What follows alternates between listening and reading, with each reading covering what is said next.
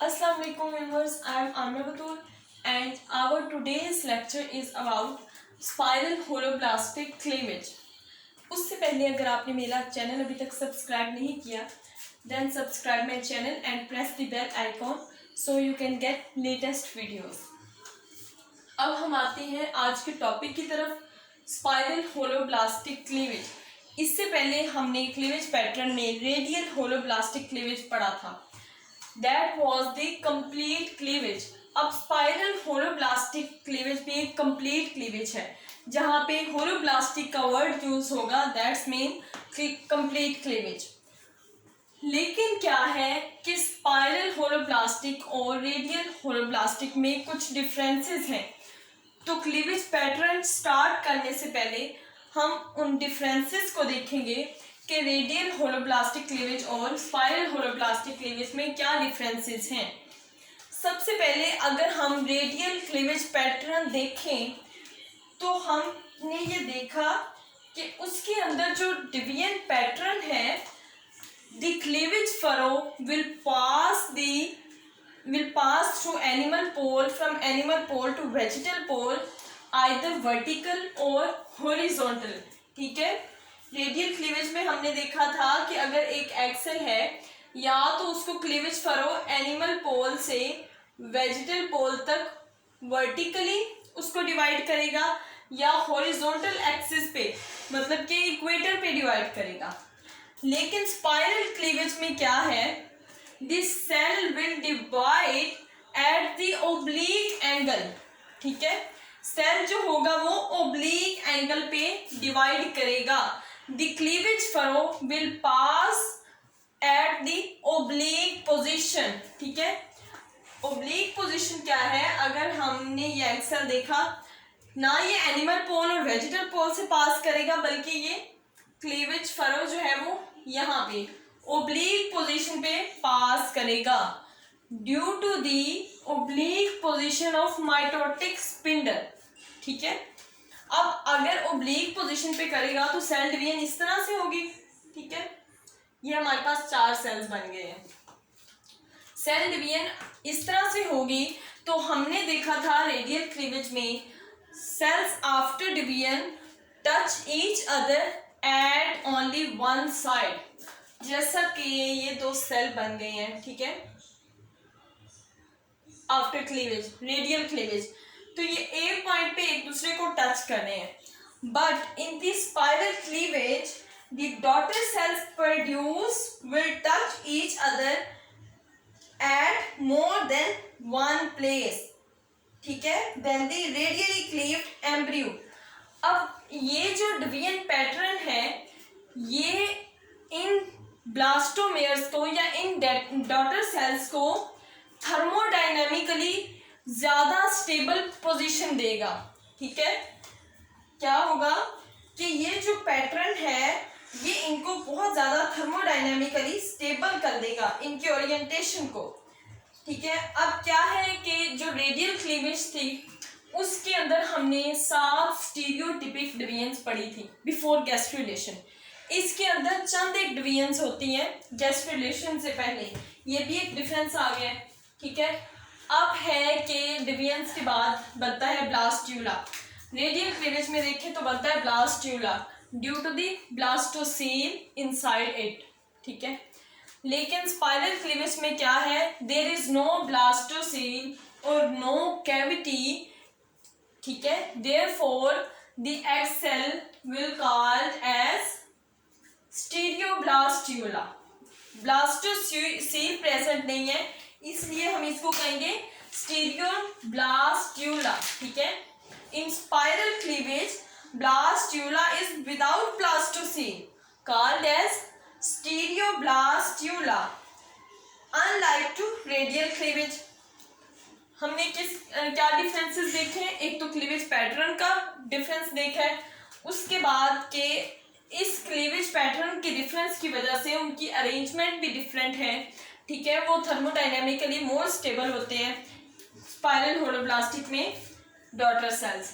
इसके बाद हमने स्टीरियोब्लास्ट्यूला के बारे में पढ़ा कि जिसमें ब्लास्टोसील प्रेजेंट नहीं है वो ब्लास्टूला स्टीरियोब्लास्टूला है, जो कि स्पाइरल होलोब्लास्टिक क्लीवेज में पाया जाता है। ठीक है, अब अगर हम देखें कि क्लीवेज पैटर्न्स की तरफ आते हैं, इसके अंदर भी फर्स्ट दो डिवीजन्स हैं वो मेरिडायोनल है। मेरिडायोनल क्या है, जो एक ही प्लेन पे सेल को दो हिस्सों में कर देती है। ठीक है, दो ब्लास्टोमेर में डिवाइड कर दे, वो मेरिडायोनल डिवीजन है। दो डिवीजन्स होंगी मेरिडायोनल, ठीक है, इस तरह से, और बन गए हमारे पास 4 सेल्स। ठीक है, 4 डॉटर सेल्स बन गए हैं। अब ये जो डिवीजन्स हैं, इनके नतीजे में जो 4 सेल्स बने हैं, they are called as macromeres. ये क्या कहलाते हैं, मैक्रोमियर्स। ठीक है, the 3 are small and the 4th one may be larger. Spiral cleavage में क्या है कि ये जो 3 सेल्स हैं ए बी सी, ये सेम साइज के हो सकते हैं, लेकिन जो डी सेल है हो सकता है कि वो बाकी सेल्स के निस्बत बड़ा हो, यानी कि ये अनइक्वली डिवाइड होंगे। अब नेक्स्ट है थर्ड डिवीजन। हमने 2 डिवीजन देख ली, 4 सेल्स बने जिनको हमने माइक्रोमियर्स कहा। In third division each cell in micromeres, हर सेल जो है वो अपने एनिमल पोल पे एक स्मॉल सेल बड की तरह का एक सेल प्रोड्यूस करेगा। ठीक है, each cell will produce a small bud like cell at its animal pole, may be the left side और राइट साइड। ठीक है, हर सेल जो अपनी राइट या लेफ्ट साइड पे एक बड प्रोड्यूस करेगा।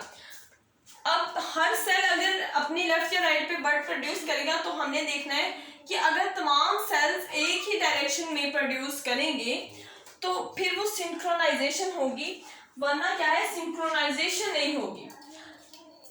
जब हर सेल ने एक एक बड प्रोड्यूस कर दिया है, the 4 cells will produce, तो ये 4 cells कहलाते हैं माइक्रोमियर्स। ठीक है, these 4 cells are called as micromeres and these 4 cells will make one quartlet। ठीक है, एक क्वार्टलेट बन गया है, 4 सेल्स का एक हमारे पास क्वार्टलेट बन गया है। At third division 8 cells produce.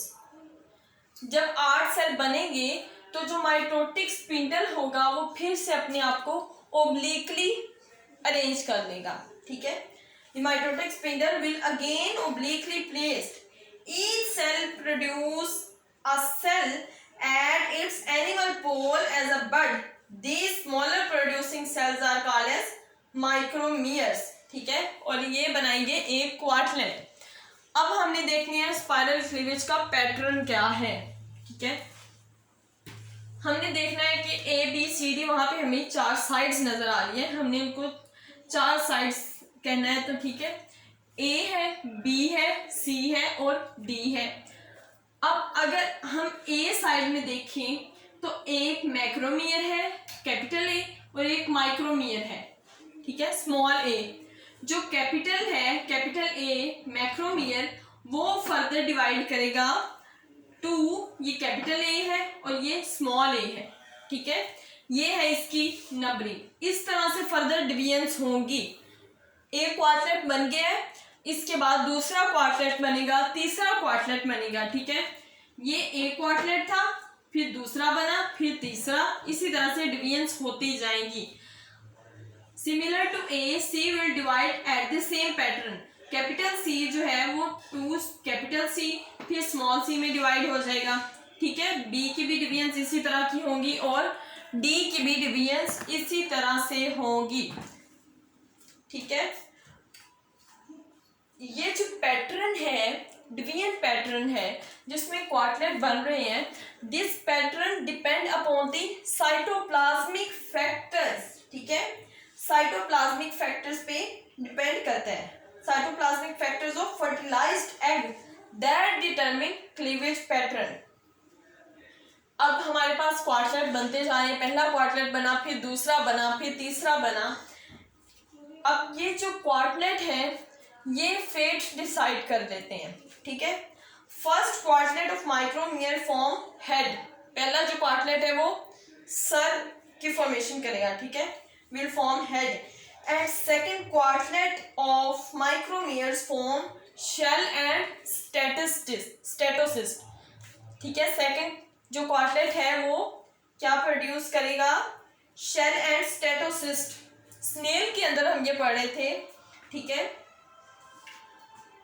इसी तरह जो सेल्स हैं they induce each other due to interaction, ठीक है। सेल्स जो है वो आपस में इंटरेक्शंस की वजह से जुड़े रहते हैं आफ्टर डिवीजन, जब क्वार्टलेट बन जाते हैं, ठीक है।